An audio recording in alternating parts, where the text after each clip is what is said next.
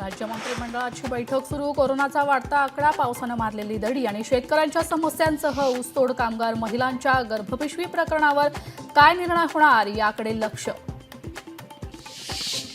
उपसभापती नीलम गोरे यांनी बोलावली आहे महत्त्वाची बैठक. राज्यातील महिलांवरील वाढते अत्याचार आणि महिला आयोगांच्या प्रश्नांबाबत होणार चर्चा. महिला आयोगाच्या अध्यक्षा रुपाली चाकणकर राहणार उपस्थित. राज्यात महिला अत्याचाराची प्रकरणं वाढली आहे. नागपूरमध्ये अत्याचारासंबंधित 85,818 प्रकरणं प्रलंबित. वैष्णवी हगवणे आत्महत्या प्रकरणातील आरोपी राजेंद्र सुशील हगवणे आणि सह आरोपी निलेश चव्हाणची पोलीस कोठडी आज संपणार. पोलीस पुन्हा तिघांची कोठडी मागण्याची शक्यता.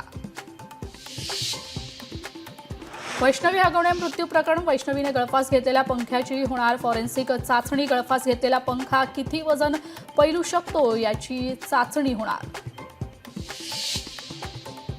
महाविकास आघाडीचं शिष्टमंडळ घेणार राज्यपालांची भेट. महिला सुरक्षा आणि महिलांवरील अत्याचार प्रकरणी मविया आक्रमक. राज ठाकरेंनी घेतली मुंबई पोलीस आयुक्त देवेन भारतींची भेट. दोघांमध्ये जवळपास 15 ते 20 मिनिटं चर्चा. छत्रपती संभाजीनगरमध्ये तक्रारदाराने अधिकाऱ्यांच्या अंगावर सोडले 15 जिवंत विंचू. आदिवासी कोळी महादेव कोळी समाजाला जात प्रमाणपत्र मिळत नसल्याचा आरोप करत अधिकाऱ्यावर विंचू सोडले. महाराष्ट्रात मलेरिया, डेंग्यू, चिकनगुनियाचं संकट गडत. मुंबई, नागपूर, ठाण्यात पाणी साचल्यानं साथीच्या आजारांचा मोठा फटका बसण्याची शक्यता. आरोग्य तज्ज्ञांची माहिती.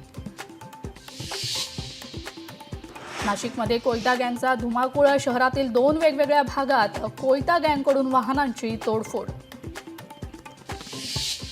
IPL 2025चा चषक कोण उंचवणार. पंजाब किंग्स की रॉयल चॅलेंजर बंगळुरू. आज IPLची फायनल.